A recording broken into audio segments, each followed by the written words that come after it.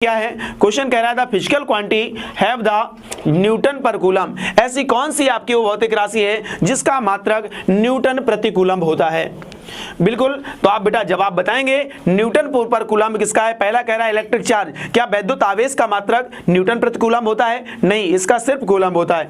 अगला है बेटा कह रहा है इलेक्ट्रिक फील्ड यानी विद्युत क्षेत्र। विद्युत क्षेत्र का फार्मूला होता है F/Q। F माने न्यूटन और Q माने कूलम। तो बेटा आंसर हमारे लिए क्या हो गया? न्यूटन पर कूलम। तो इसका मतलब यहां पर हमारे लिए सही ऑप्शन कौन सा मिल रहा है बेटा? बी। कौन सा ऑप्शन आपके लिए सही मिल रहा है बेटा? बी। तो यहां पर आपका जो ऑप्शन सही है वो हमारे लिए कौन सा है? बी। ये आपको मिल रहा है, ऑप्शन आपका बी मिल रहा है। चलिए अगले क्वेश्चन पर हम बात करते हैं जो आपका थोड़ा एनालिटिकल है और इवैल्यूएटिंग भी है। आपको सॉल्व भी करना है और थोड़ा दिमाग भी लगाना है। तो चलिए दिमाग लगाने वाला क्वेश्चन प्रकट हो जाओ। ये आया, कह रहा है बेटा इसमें क्वेश्चन आपके लिए क्या है? कह रहा है in the process of the charging the mass of the negatively charge body. The process of charging, एक बॉडी को आप क्या कर रहे हैं बेटा? चार्ज कर रहे हैं। मान लिया कि मेरे पास ये बॉडी है और इसमें हम क्या कर रहे हैं? लगातार इसको चार्ज कर रहे हैं। और वो भी कौन सा चार्ज कर रहे हैं? यहाँ पर दो कंडीशन है बेटा, पॉजिटिव चार्ज दे रहे हैं कि नेगेटिव चार्ज दे रहे हैं। क्वेश्चन ने कहा नेगेटिवली चार्ज बॉडी, यानी हम नेगेटिव चार्ज दे रहे हैं। अब नेगेटिव चार्ज कब जाएगा? नेगेटिव चार्ज तब जाएगा, नेगेटिव चार्ज अगर बॉडी को दिया जा रहा है तो मतलब है कि नंबर ऑफ इलेक्ट्रॉन बढ़ रहे हैं। नंबर ऑफ इलेक्ट्रॉन बढ़ रहे हैं। बात समझ में आई नहीं आई? मैंने बोला नंबर ऑफ इलेक्ट्रॉन बढ़ रहे हैं। अगर इलेक्ट्रॉन बढ़ जाएं तो आप क्या कहोगे? उस कंडीशन पर आप बोलेंगे जब इलेक्ट्रॉन बढ़ रहे हो तो चार्ज नेगेटिव होगा, जब इलेक्ट्रॉन घट रहे हो तो चार्ज पॉजिटिव होगा। तो यहां पर नेगेटिव का मतलब इलेक्ट्रॉन बढ़ेंगे। अगर इलेक्ट्रॉन बढ़ेंगे तो एक इलेक्ट्रॉन पर 9.1 × 10⁻31 किलोग्राम मास भी तो बढ़ेगा। इस बात का मतलब है कि अगर इस प्रकार से कई इलेक्ट्रॉन ट्रांसफर हुए होंगे तो मास थोड़ा सा स्लाइटली इंक्रीज, थोड़ा सा क्या हो जाएगा बेटा? इंक्रीज हो जाएगा। तो यहां पर आपके जो आंसर है वो हमारे लिए मिल रहा है बेटा ए। तो आपका पहले ऑप्शन में ही आपको दिख रहा है इंक्रीज हो जाएगा, डिक्रीज हो जाएगा, रिमेन कांस्टेंट और डज नॉट अबव। तो यहां पर जवाब हो गया बेटा क्या? इंक्रीज हो जाएगा। चलिए बच्चों अगले क्वेश्चन का जवाब मैं आपसे लूंगा। अगला क्वेश्चन जो है वो आपका कुछ इस प्रकार से है जो स्क्रीन में आपको दिख रहा है। क्वेश्चन 13 कह रहा है कि बेटा charge on the body integral multiple of plus minus e. बहुत इंपॉर्टेंट और अच्छा क्वेश्चन, सिंपल सा क्वेश्चन है, आपको जवाब दे देना है। और इसका जवाब बच्चों कमेंट बॉक्स में लिखो। कहां लिखो? Comment box. लो मैं ये खड़ा हो गया, अब आप लिखो और स्क्रीनशॉट लो। तो चलिए क्या क्वेश्चन है, क्वेश्चन को ध्यान से देख लीजिए। एक बार मैं फिर से बोल देता हूं बेटा, charge on integral multiple of the plus minus E it is given by the law of. उस लॉ का नाम बताना है जहां पर प्लस माइनस ई, क्या बेटा? प्लस माइनस ई आपका चार्ज जहां से आपका इसका इंटीग्रल मल्टीपल चलता है, यानी इसी के मल्टीपल में लगातार चार्ज आता है। पहला ऑप्शन है कंजर्वेशन ऑफ चार्ज, इसको हिंदी में कहते हैं आवेश संरक्षण का नियम।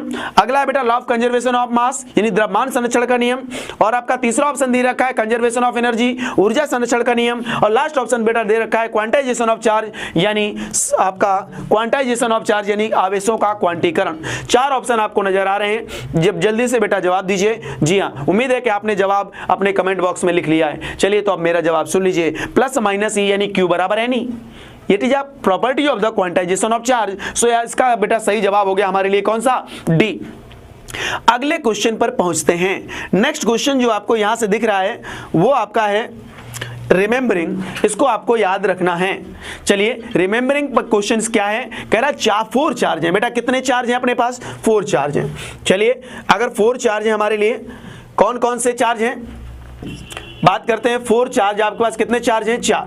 8q, दूसरा है -3q, +5q, -10q are kept inside the close surface, किसी क्लोज सरफेस के अंतर्गत रखे हुए हैं। बेटा कौन कौन से? धन का 8q, अगला बड़ा वाला है माइनस का 3q, अगला वाला है बेटा प्लस का 5q, ओके, अगला वाला है माइनस का 10q।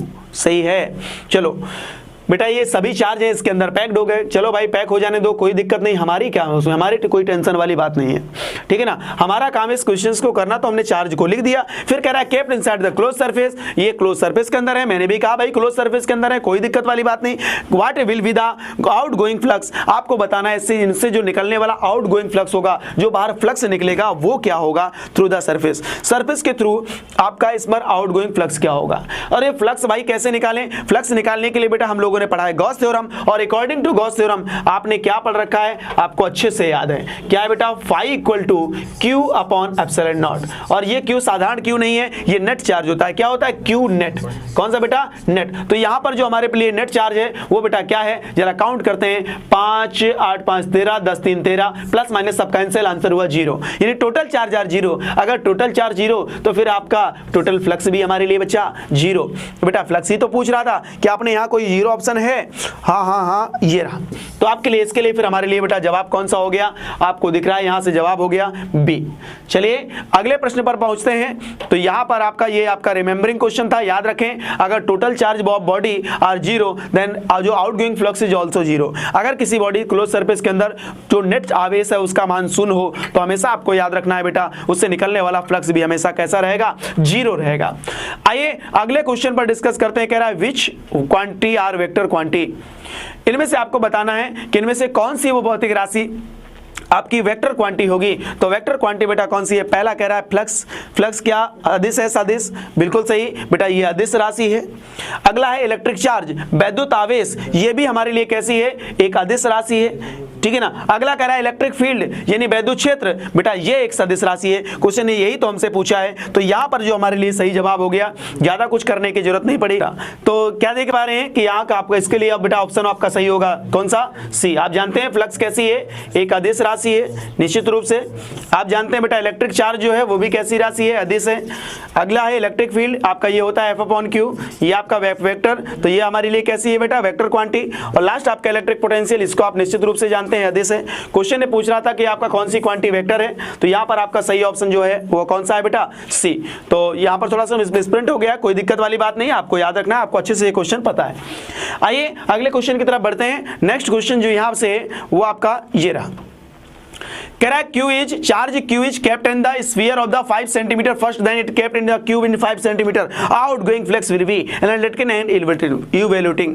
मतलब आपको इवेल्यूट भी करना है, एनालाइज भी करना है, थोड़ा दिमाग लगा के सोचिएगा तभी प्रश्न का आपको जवाब दे पाएंगे। पहले क्वेश्चन ले लीजिए और क्वेश्चन के बाद जरा सोचिए। क्वेश्चन को मैं बोलता हूं हिंदी में, कह रहा है बेटा एक आवेश Q है, इसको क्या किया गया है, 5 सेंटीमीटर वाले एक स्फीयर में पहले अंदर रखा गया है, then it kept a cube, और उसके बाद बेटा एक क्यूब में जो 5 सेंटीमीटर का उसके अंदर रखा गया है। Out going flux will be, तो जो निकलने वाला फ्लक्स होगा वो क्या होगा, निकलने वाला जो फ्लक्स होगा वो क्या होगा, आपको जवाब बताना है।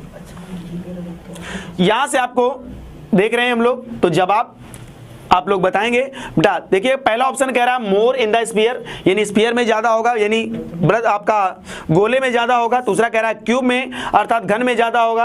तीसरा कह रहा है बेटा इनमें से दोनों में बराबर होगा। और इन्फॉर्मेशन इनकम्प्लीट, जो दी हुई इन्फॉर्मेशन है वो कैसी है, इनकम्प्लीट है यानी बदली है। तो आपका बेटा यहां पर आपको ध्यान देना है। क्वेश्चन क्या कह रहा था, देयर आर चार्ज क्यू, क्या आवेश दोनों में सेम है। आपसे चर्चा क्या कर रहा है, फ्लक्स की। अगर दोनों ही क्लोज सरफेस हैं तो आप क्लोज सरफेस के लिए आप जानते हैं फाई इक्वल टू आपको सीधे अप्लाई करना होता है क्यू अपॉन यानी sigma Q upon epsilon not. अब क्या एप्सिलॉन नॉट हमारा बदल जाएगा, एप्सिलॉन नॉट हमारे लिए नहीं बदलेगा, ये हमारे लिए कांस्टेंट है। तो क्या क्यू हमारे लिए भी यहाँ कांस्टेंट है, हाँ। क्वेश्चन ने बोला है कि चार्ज क्यू, वही आपका किसमें रखते हैं, स्फीयर में, और वही रखते हैं क्यूब में। दोनों कंडीशन पर आपका सेम है, यानी चार्ज हमारे लिए कैसा हो गया बेटा, सेम। तो ये भी कांस्टेंट। अगर दोनों चीजें कांस्टेंट है तो वी कैन से बेटा जो आपका फाई होगा वो भी कांस्टेंट होगा। अगर आपका फाई कांस्टेंट है तो निश्चित रूप से आप यहां से ये कह पाएंगे कि दोनों के लिए आपका दोनों same in a both case. तो आपका यहां पर सही आंसर हो गया हमारे लिए बेटा, क्या मिल रहा है आपका, सही जवाब है सी। अगला फिर से बहुत बढ़िया क्वेश्चन, अच्छा क्वेश्चन आपके लिए आ रहा है, ये रहा क्वेश्चन है, कह रहा है electric field intensity due to the short, electric field intensity वैद्युत क्षेत्र की तीव्रता due to the short dipole remain the directly proportional to the. अगर आपके पास कोई एक शॉर्ट डायपोल है और ऐसी कंडीशन पर जो वैद्युत क्षेत्र की तीव्रता होगी वो डिपेंड करेगी आर पर। कैसे डिपेंड करेगी, जहां पर आर यहां पर क्या है बच्चा, डिस्टेंस है। आर क्या है, डिस्टेंस है यानी दूरी है। चल भाई आर दूरी है, कोई बात नहीं, चलो भाई सोचते हैं क्या क्या क्या करें, चलो हाँ सोचते हैं, ये करते हैं। क्या करें बेटा, सबसे पहले तो डायपोल का आपके फंडा यानी फार्मूला आपको पता होना चाहिए। क्या पता होना चाहिए, फार्मूला। क्या आपको पता है, जी हाँ, आपने पढ़ा था इलेक्ट्रिक डायपोल के लिए जब आप ई निकालते हैं तो यहाँ पर दो कंडीशनें होती है, एक तो एक्सियल, दूसरी इक्वेटोरियल। निश्चित रूप से दोनों ही फार्मूले में आपने जो निकाला है वो आपको आया है बेटा प्रोपोर्शनल टू, या हम कह दें तो यहां से कि ई आपका जो प्रोपोर्शनल होगा, ऊपर आपका P और 2P रहते हैं, लेकिन नीचे आप निश्चित रूप से आप देख रहे हैं कि वहां पर क्या रहता है R क्यूब, तो आप कह देंगे E इनवर्सली प्रोपोर्शनल है R क्यूब के। तो इसका मतलब E जो होगा वो बेटा R स्क्वायर पर तो डिपेंड नहीं करेगा, यानी ये हमारे लिए गलत है। दूसरा कह रहा है बेटा R क्यूब, इसके लिए भी नहीं होगा। R की पावर -2 ये भी नहीं है। अगला लिखा है R की पावर -3, जब बेटा इसको ऊपर ले जाएं तो ये बन जाएगा R की पावर -3, तो E directly proportional to the R power of -3। तो यहां पर जो आपको ऑप्शन मिल रहा है वो कौन सा, डी ऑप्शन हमारे लिए करेक्ट आंसर है।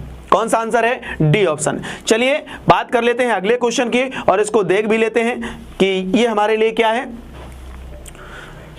अगला क्वेश्चन जो है आपके लिए आता है, इसका आपका आंसर हो गया डी। अगला क्वेश्चन कह रहा है भैया अंडरस्टैंडिंग है, तो थोड़ा सा अंडरस्टैंड करते हैं हम लोग। ओके, ये आया,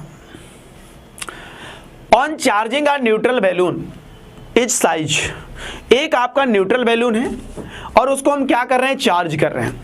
जब आप उसको बैलून को चार्ज करते हैं, यानी उसको चार्ज दिया जाता है, चार्ज करने का मतलब चार्ज दिया जाता है। जब चार्ज देते हैं तो उसके साथ क्या होगा, उसके साइज में क्या परिवर्तन होगा, क्या इंक्रीज हो जाएगा यानी बढ़ जाएगा, डिक्रीज हो जाएगा यानी घट जाएगा, रिमेन सेम बराबर रहेगा, या फिर no relation between the charge and size, या फिर इन दोनों के बीच में कोई रिलेशन नहीं रहेगा।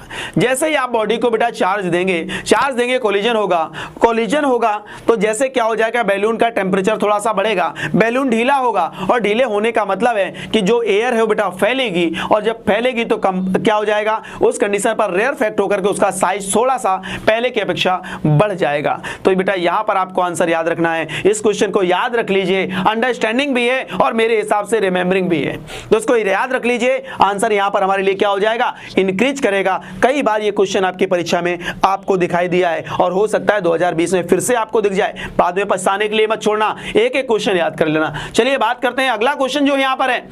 नेक्स्ट क्वेश्चन आपके लिए आता है, कहता है इलेक्ट्रिक फील्ड लाइन, ये अंडरस्टैंडिंग क्वेश्चन ये भी है। The electric field lines contract length wise, जो इलेक्ट्रिक फील्ड लाइनें हैं वो कॉन्ट्रैक्ट करती हैं लेंथ वाइज यानी लंबाई के शो में। इट शो, इससे हमें क्या शो होता है, तो इसको बेटा याद करके रखिएगा। Repulsion between the same charge, क्या दोनों चार्जों के बीच में जो रिपल्सन है या अट्रैक्शन या फिर नो रिलेशन। और अगला है बेटा does not move the straight line path, जो इलेक्ट्रिक फील्ड लाइनें हैं वो स्ट्रेट लाइन पाथ में चल ही नहीं सकती हैं। तो बेटा जब कर्व करती हैं, इनका अगर छोटा हिस्सा लिया जाए तो स्ट्रेट लाइन में तो चलती हैं, तो इसका मतलब ये लास्ट वाला ऑप्शन तो बिल्कुल है नहीं।